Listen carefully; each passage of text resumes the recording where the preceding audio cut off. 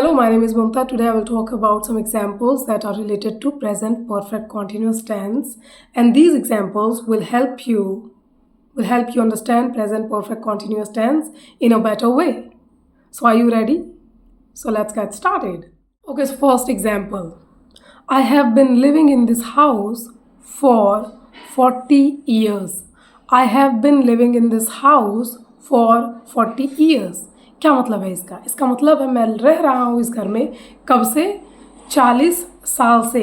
क्योंकि 40 साल एक स्पेसिफिक अमाउंट ऑफ टाइम है तो मैंने यूज़ किया for. I have been living in this house for 40 years. समझ आया? Let's see the next example. I have been climbing up this mountain for over 2 hours. I have been climbing up this mountain for over 2 hours.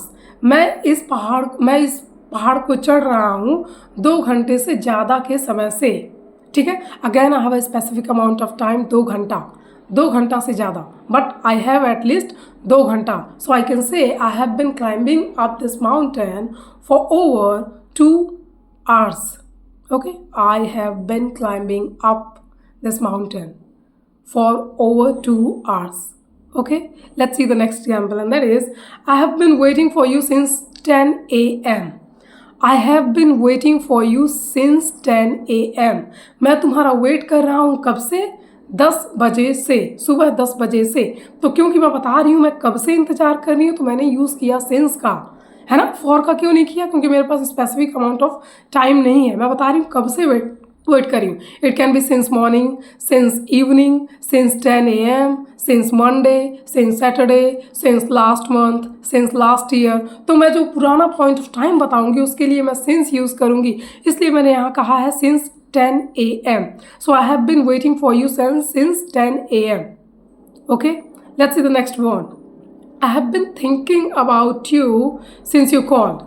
I have been thinking about you since you called. जब से तुमने मुझे call किया है, या call का एक तो मीनिंग होता है to make a call on someone's number, एक होता है कॉल बुलाने का भी नंबर, आप जो भी समझ लो. मैं तुम्हारे बारे में तब से सोच रही हूँ जब से तुमने मुझे कॉल किया है.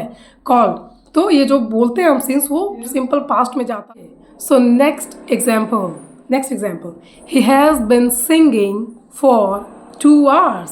He has been singing for 2 hours.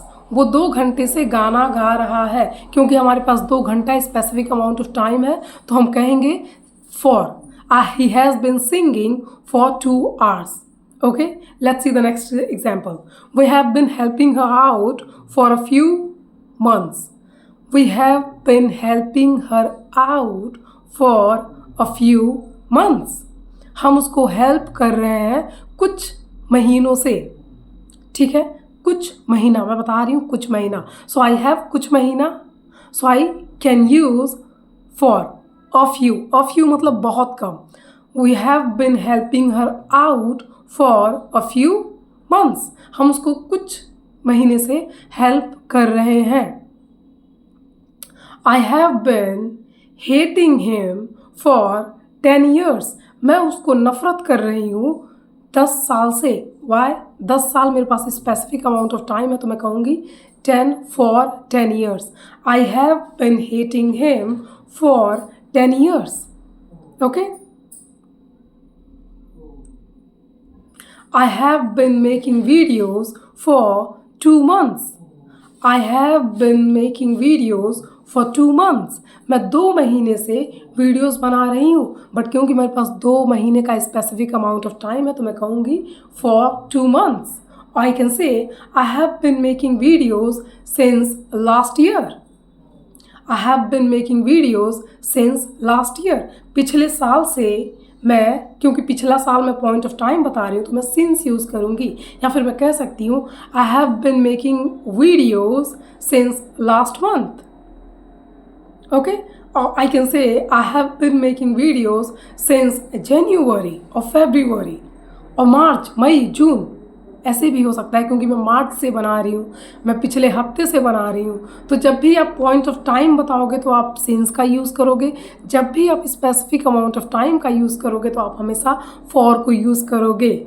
I hope concept बहुत हद तक क्लियर है। मैंने और भी चीज़ें पिछले वीडियो में बता दिया है प्रेजेंट परफेक्ट कॉन्टिन्यूस के बारे में, इसका स्ट्रक्चर और भी चीज़ें।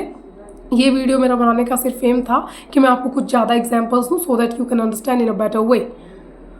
हालांकि अगर आपको और एग्जाम्पल्स चाहिए और कोई कॉन्सेप्ट चाहिए, कुछ नहीं समझ आ रहा, please write in the comment section and thank you very much and subscribe to this channel to get more videos like this.